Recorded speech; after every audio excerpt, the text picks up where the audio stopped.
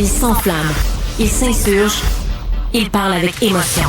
Benoît Dutrisac, aussi divertissant qu'édifiant.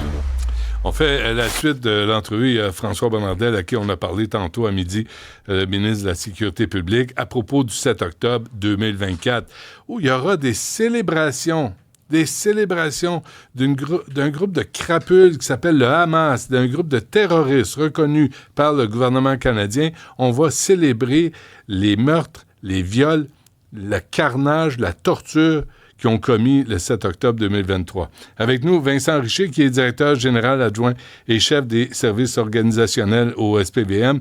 Monsieur Richer, bonjour. Bonjour. C'est quoi votre titre? Directeur adjoint. C'est ça, hein? Direction des services organisationnels. C'est ça, parfait. Rendez-vous au Concordia Hall pour inonder les universités complices du génocide le 7 octobre à 14h. Le 7 octobre à 18h, rendez-vous au Consulat général d'Israël. Là, vous êtes au courant de ce qui s'en vient. Oui, c'est sûr qu'on est au courant de ce qui s'en vient, puis on se prépare aussi à ces manifestations-là. On reste agile, hein? On regarde ce qui se passe au niveau international aussi, parce que ça bouge beaucoup. Ça augmente le niveau de tension aussi, tant à l'international qu'au niveau local, parce que tous ces événements-là qui se passent à l'étranger, ça vient affecter la population, le sentiment de sécurité de notre population, même à Montréal. Fait qu'il faut s'adapter à ce qui se passe, puis c'est sûr qu'on est agile, puis on est en train de préparer nos troupes. Depuis le 7 octobre 2023, à Montréal, savez-vous, il y a eu combien de manifestations pour appuyer soit la Hamas, soit le peuple palestinien? Oui, c'est 345 manifestations en lien avec la guerre en Israël. Donc, toute allégeance confondue.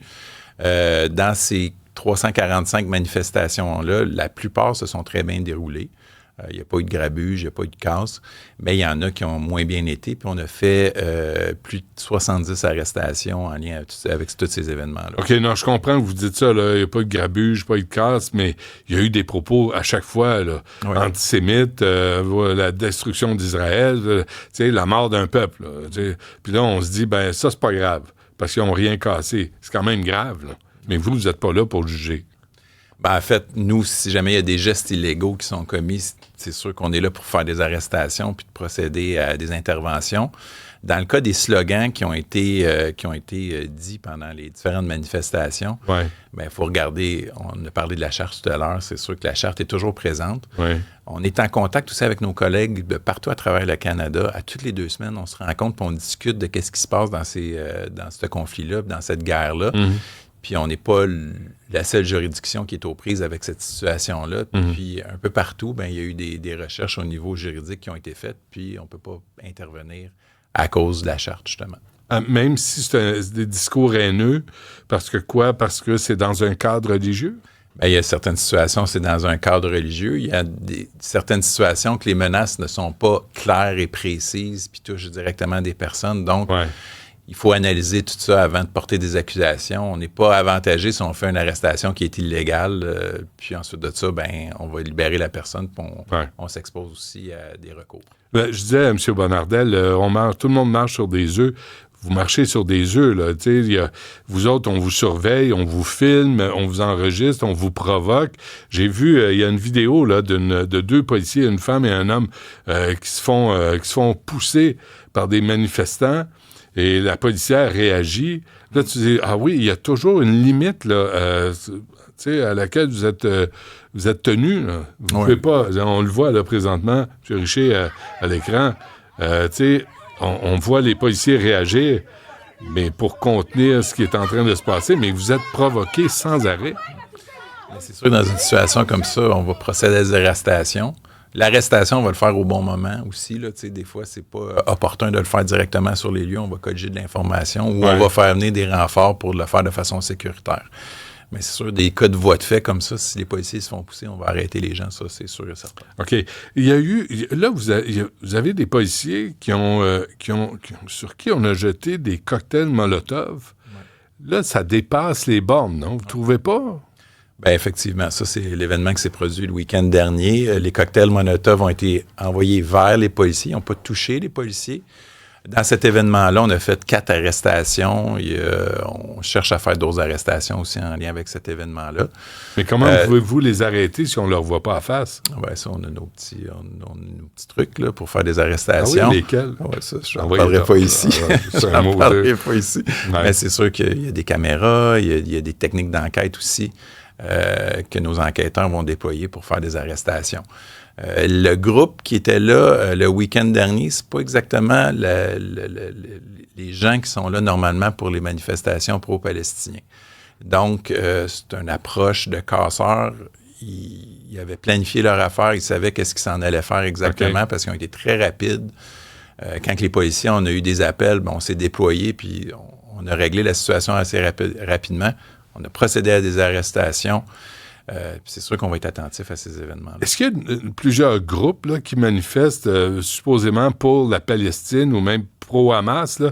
Mais là, ce que je comprends, c'est qu'il y a des agents provocateurs pour qui la Palestine, ça n'a aucune importance. C'est juste une occasion d'aller tout casser.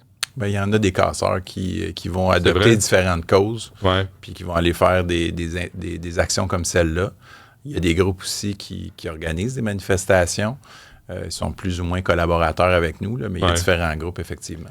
Les avez-vous à l'œil? Les surveillez-vous? Les écoutez-vous?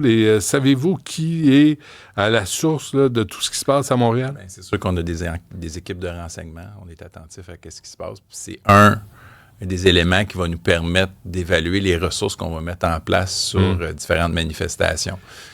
Mais tu sais, quand on voit là, 2 mois, M. Richer, 2 mois sur les terrains de McGill, puis McGill demande que vous agissiez. Puis là, tout à coup, vous êtes là, vous avez l'air de touristes là, autour de cet événement-là. Là, tu te dis, comment se fait qu'on tolère ça? Comment se fait? Je veux pas un État fasciste, mais en même temps, je veux que les gens puissent circuler en paix, puis qu'un petit groupe terrorise pas la majorité. Comment se fait que vous n'êtes pas intervenu plus tôt? Il y a un cadre légal derrière ce terrain-là. Là. C'est un terrain privé ouvert au public. C'était assez complexe.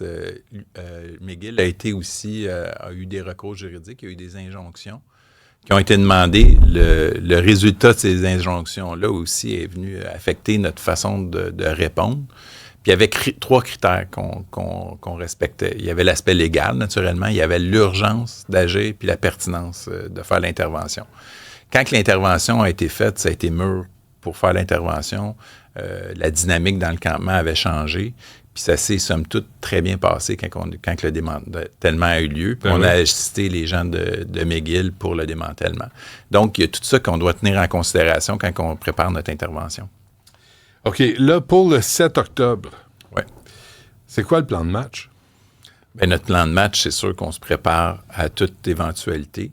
On s'assure d'avoir toutes les ressources nécessaires pour répondre tant en visibilité, parce qu'il faut avoir des policiers en visibilité. Personne en congé, là. Tout le monde est sur le gun, comme on dit. C'est une expression. C'est sûr il y a du monde qui va être en temps supplémentaire, ça, c'est sûr et certain. C'est sûr, hein? Ouais. Puis il y a nos ressources d'intervention, il y a nos ressources de visibilité. Puis on a toutes sortes de ressources aussi qui sont déployées sur le terrain. Naturellement, nos stratégies d'intervention, on les publicise pas trop. Vous ne le direz pas là après-midi. Non, je ne veux pas parler de ça. On garde ça pour nous, pour être plus efficace. Notre objectif, c'est de bien répondre. Si jamais il y a de la casse, on va intervenir, c'est sûr. Puis on va être en nombre suffisant pour intervenir. Vous savez que cet été, la France et le Japon ont averti leurs ressortissants, s'ils venaient à Montréal, de se méfier, là, que c'est devenu une ville dangereuse. La face de Montréal, la réputation de Montréal est en train de changer à cause de tout ça, non? Oui.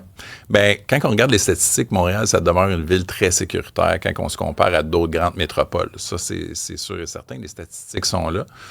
Il y a effectivement une mouvance par rapport aux manifestations pour la Palestine ou avec les groupes pro-palestiniens, mais on le voit aussi dans d'autres villes au Canada. À Toronto, on en parlait pendant la pause, il y a beaucoup de manifestations aussi. À Vancouver, c'est la même chose. Puis ailleurs, aux États-Unis aussi, il y a eu beaucoup de manifestations. Est-ce qu'il y a des degrés de tolérance là, chez vous? Là? Parce que là, vous me dites, depuis 1 an, il y a à peu près eu une manifestation par jour à Montréal, en lien avec la guerre Israël, Hamas, Hezbollah. Est-ce qu'il y a un niveau de tolérance, là, tu dis, OK, là, ça, on va le laisser passer. Là, on ne laisse plus passer ce genre de comportement-là. Là. On va intervenir plus vite, on va intervenir plus brutalement. Non. Bien, c'est quand il y a des actes criminels. Tu sais, si une manifestation est paisible, on va accompagner les manifestants. On va respecter leur droit de manifester. Par contre, si jamais il commence à avoir des actes criminels, donc contre la propriété ou contre la personne, là, on fait une intervention, on va faire une dispersion. Quand on fait la dispersion, par exemple, il faut planifier notre intervention, il faut le faire au bon moment, au bon endroit, puis avec les ressources dont on a besoin aussi. Oui. Ça a coûté cher, tout ça, là, aux contribuables montréalais. Je ne vous blâme pas, là, mais ça coûte cher, là, du temps supplémentaire à tour de bras. Là. Est-ce qu'on va avoir des surprises à la fin de l'année? Au niveau du coût, pour les mais c'est sûr que vous l'avez bien dit. Il y a des coûts qui sont affectés, qui sont reliés à ça. On a du personnel en temps supplémentaire, donc ça ajoute à nos frais comme organisation policière. Okay. Mais les frais, on ne le fait pas au détriment de la sécurité de la population, c'est sûr. Non, je comprends. Alors, est-ce qu'il y a des endroits où vous savez là, qu'il va y avoir des manifestations? On a dit le consulat, là, mais il y a eu, pendant l'été, des appels aussi, des nuits de rage, là, des appels à bloquer des rues, des prières dans les parcs, dans les rues. Jusqu'où on va tolérer tout ça au détriment de la majorité? En fait, il devrait y avoir une semaine de manifestations. Qu'est-ce qu'on s'attend? C'est qu'il y ait tout au long de la semaine prochaine, qu'il y ait des manifestations. On a déployé aussi des ressources en visibilité pour assurer une présence rassurante dans différents quartiers. On est en contact avec la communauté juive. D'ailleurs, hier, je les ai rencontrés pour discuter avec eux. C'est où qu'on doit être présent, à quel moment, les différentes fêtes là, qui se poursuivent pour 24 jours. Donc, on a un plan de visibilité qui va être en place. Donc, ça, c'est une des mesures qu'on a prises.